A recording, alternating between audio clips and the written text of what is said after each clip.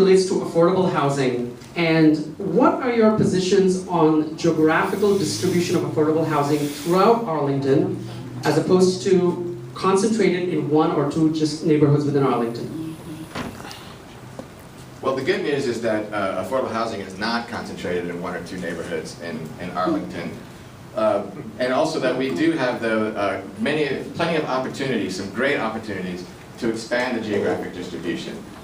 In particular, our Affordable Housing Master Plan, which we adopted last year, has set some very specific goals and targets for that geographic distribution, not just east and west in the county, but also north and south.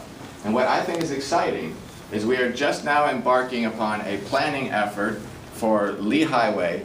And in the Lee Highway corridor, for example, there is tremendous opportunity for affordable housing. But, mind you, not necessarily of the kind of affordable housing that we've been seeing created so far in recent times in Arlington. Now, I'm not talking about the very high density kind of redevelopment that we've had in our metro corridors. And we're going to preserve and protect our low density single family neighborhoods. I'm talking about in the middle there, the missing middle, and that medium density. These would be, thinking back more to the 3, 4, at the most 5-story kind of buildings. It's been a long time in Arlington since we built a 20-unit building. We can do it again. That's the scale that's more appropriate for Lee Highway. That's the scale that's going to be actually cheaper to build, because it's cheaper construction, so we can get more bang for our dollar. And we can create more of the mixed income communities, because you have a network of mixed income, mixed ages, and the diversity there on Lee Highway. So we have great opportunities in the Affordable Housing Master Plan. We've got to get to work.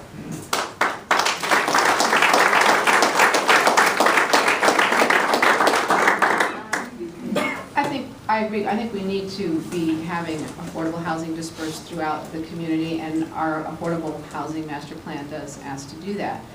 But at the moment, on particularly the west end of Columbia Pike, there happens to be a lot of affordable housing there, and we are seeing the effects of that. So for example, at Arlington Mill Community Center, we've been trying to get a coffee shop or something started there, and we can't find someone who thinks they can make a go of it.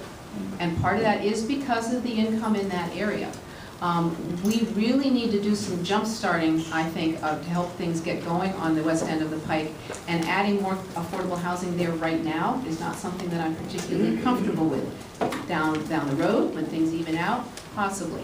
And then I'd like to talk a little bit about something that I've often mentioned and thought about, which is called, I call it home sharing. Right now, let's talk about the people, older people who want to stay in their homes and they're having trouble making the bills. They could, there's our programs, but maybe they could have someone come in and rent a room, like a family could rent a couple of rooms in their house. You know, often you raise your kids, you've got the room, you could have a young family with some kids. Right now in our zoning, that's not legal, because no more than 4 unrelated people can live in a house. But I think it could provide flexibility for an older couple to get a little bit extra rent and have someone to help around the house. Think about 2, say, single moms with 2 kids each. They're struggling to make it here, struggling to make it on their own. Perhaps they could share a house. That again is 6 unrelated people. We need to get some flexibility in our zoning to allow people to find ways to cope with the affordable housing here, and I think that could be throughout the county.